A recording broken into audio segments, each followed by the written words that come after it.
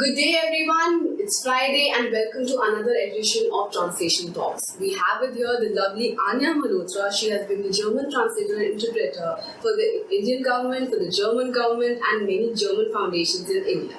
So Anya, thank you so much for being a part of Translation Talks. And in this interview we'll be concentrating on freelancing as a translator and how to write a sample translation to present yourself to a publisher.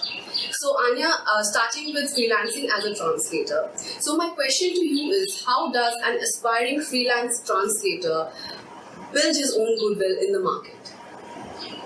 Essentially, what you have to do is you have to focus on the quality of your work and make sure that you are able to satisfy your customers in terms of the quality, the time taken for delivery, and try to contact as many people as possible, show them samples of your work, and try to get referrals from existing clients who are satisfied with your work, and build on that. Okay, so would you say that when it comes to freelancing as a translator, word of mouth publicity is the best publicity? It is, although you have the internet now as well. Yeah. So you can also publicize yourself through the internet. I mean, that gives you far more reach today than it gave you a long time, many years ago. So you have word of mouth, which is a very effective tool, but you can also try and market yourself through the internet, through a website. And I don't just mean the translation platforms, I mean having your own kind of website. Mm-hmm. Okay. So you would say that good quality and a good work ethic are the two main things that can really build a goodwill for you in the market. Sure. Okay. And then I would like to talk about the challenges of freelancing. Mm-hmm. Like, what are the main challenges or the obstacles that one comes across when one starts as a freelancer? You come across many obstacles. First of all, even today, the translation market in India is a very undeveloped, a very unregulated market. So you have almost anyone who speaks more than one language offering their services on this market. There is very little awareness also of what you need to charge to be able to survive. I had mentioned that it's important that you are able to make, if you're saying freelancing, it means you're trying to make a living from translation. So the obstacles that you face initially is getting clients. Who's going to give you translation? How do you get yourself known in the market? Then, of course, you have many other obstacles, which are once you do get work, finishing that work on time, being able to research it. Is it an area that you are familiar with? What kind of work should you accept? What kind of work should you turn down? Because you may not be able to deliver, that kind of quality. So there are many things you need to keep in mind when you are starting out, and you have to work at overcoming it one by one, because you have to see, like I said, you have to try and build some goodwill in the market, do good work for certain clients, price yourself in a way that you do get work. I mean, price yourself so that you're able to earn adequately. Don't price yourself out of the market. That means you have to be aware of what people are charging, where do you get better rates from, and just generally have a lot of awareness about the market and try and build up the market while you're at it. Okay.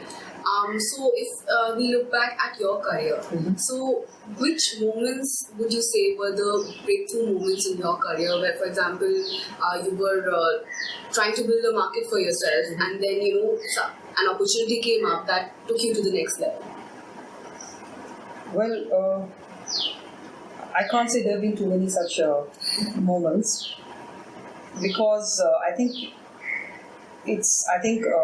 probably most people think that or maybe they hope that then big break will come and then they'll be well known and then their career will be on a roll. But I think the reality of freelancing is a little different. The reality of freelancing is that you just keep working steadily. If you're looking for that big break, that big breakthrough, you might actually be disappointed because it may never come. There will be very many smaller steps along the way that you should recognize and you should build on. You will get a new client. That's a breakthrough in itself. If you're able to keep that client, that's a very positive thing. And building on that, there are very small steps that will keep you going, and you have to make sure that you're starting from a position where you just keep building up on that. You'll be very lucky. Maybe some stage, somebody will see you and say, okay, great, I mean, we like this person's work and let's give them all our work. But the reality actually is that there will always be more people coming up. Your work, what you're doing today, that work may be taken over by somebody else tomorrow. You will move on to something else. So I think the focus should be just to keep doing what you're doing and doing it well. And of course, trying to expand your work. In my case, I can't say there were any major breakthroughs, at least as far as translation was concerned. As an interpreter, I think I did get some breaks working for the German government, which gave me exposure and then eventually gave me some international opportunities. But again, I mean, these are things you have to build on, and it's not something that comes and then suddenly everything opens up for you.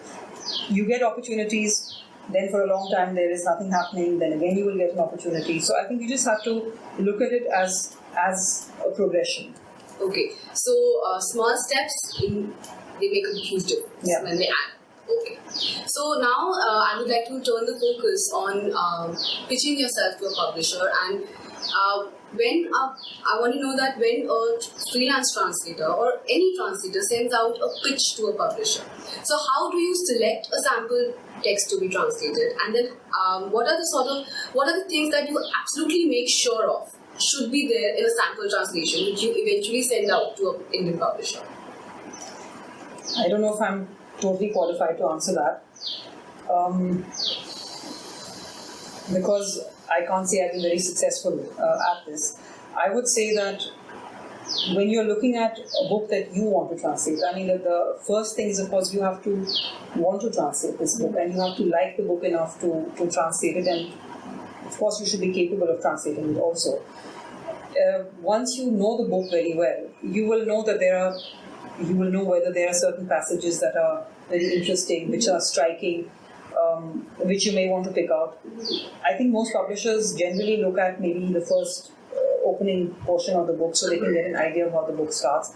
But having read the book, and I mean the publishers haven't read the book, so if you read the book, then you would be in the best position to decide what passage actually captures the essence of this book. So you would want to pick a passage like that. And naturally, you would put a lot of effort into translating this, and translating it and polishing it several times, and getting it run past many people to see, how is it received by potential readers, and then you would try and find the right person to contact at the publisher's end, and send them a slight intro about the person who's the author of the work, why you think this would work in the Indian market, for instance, and then say that here is a sample. I mean, I would say that's the way to go about it, but how successful you are with publishers, of course, is another question. Okay. So thank you, Anya, for this interview. It was a lovely experience talking to you about translation. So that's Anya Malhotra's advice to you. Please pick up the text which gives the essence of the book and polish it, find your sounding board, get it across to see how potential readers react to it, and then send it out to the publishers. We thank you for your attention. If you're a freelance translator, any translator aspiring, established, we have a website for you called www.translating-german.com. Log on to it, register to it. We have great initiatives for you. Thank you so much. Have a happy weekend.